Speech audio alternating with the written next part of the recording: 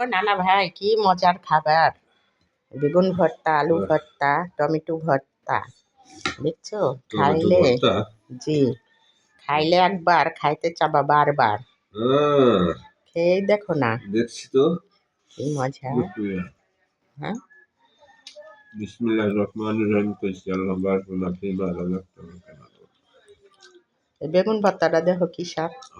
বেগুনটা ভাইজে রসুন মরিচ কাঁচামরিচ পেঁয়াজ শুকনা মরিচ সব ভেজে তারপর ভর্তাটা বানাইছি। আর এই যে টমেটো আমি তেলের উপরে অনেকক্ষণ ভাজছি, তারপরে যে ভর্তাটা বানাইছি।